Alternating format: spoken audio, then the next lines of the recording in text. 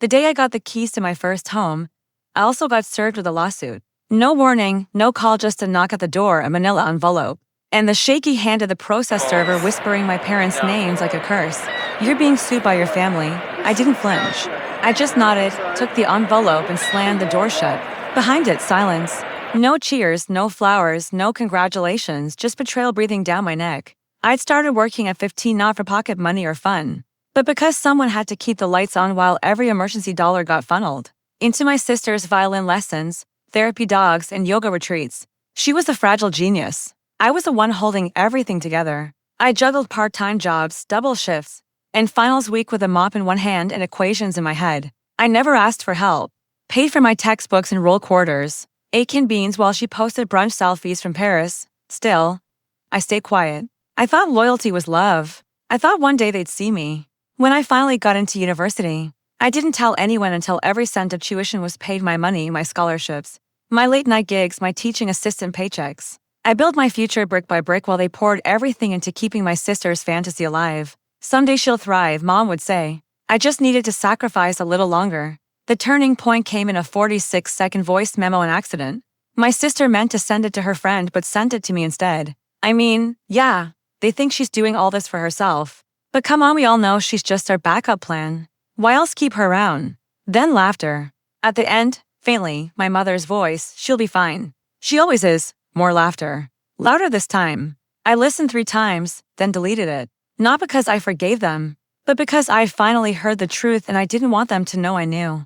That night, I started my plan, cold, precise. Step 1, credit. I refinanced everything quietly under my own LLC. Step 2, separation. New number. Locked socials. Mail rerouted. Step 3, silence, the hardest one. They begged for updates. "How's your new job, sweetheart?" I gave them nothing. Let the distance speak for me. 2 years later, I bought my house. Small, peaceful, perfect. 1 bedroom.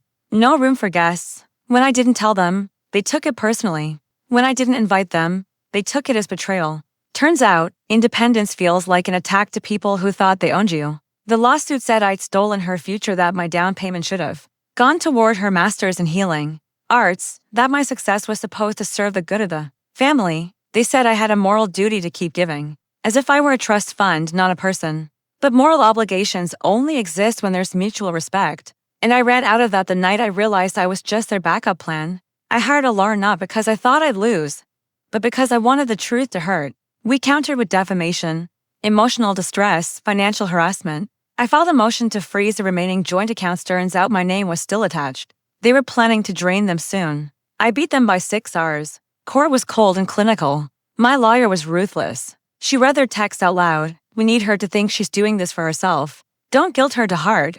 Just remind her of family duty." My sister cried on the stand, said I misunderstood, said I abandoned her. I just looked at her and said nothing. She flinched anyway. The judge ruled in my favor. Every claim gone. Their countersuit denied. They didn't just lose the case. They lost their grip, their illusion, the fantasy where I existed only to serve them. I moved in the next day. My home smelled like fresh paint, pine, and freedom. No lawsuits, no expectations, no one asking me to give up just one more thing. I stood in the middle of my living room, a glass of water in my hand, sunlight on my face, and thought, this is what ownership feels like. Not just the house, me. They haven't contacted me since. A cousin told me my parents are telling everyone I cut them off without reason. Let them play the victims in the story they tried to write for me. I rewrote mine with bricks, with silence, with every step they never saw coming. I wasn't cruel. I was finished. There's a difference. People think revenge has to be loud, explosive, final. Sometimes it's just peace.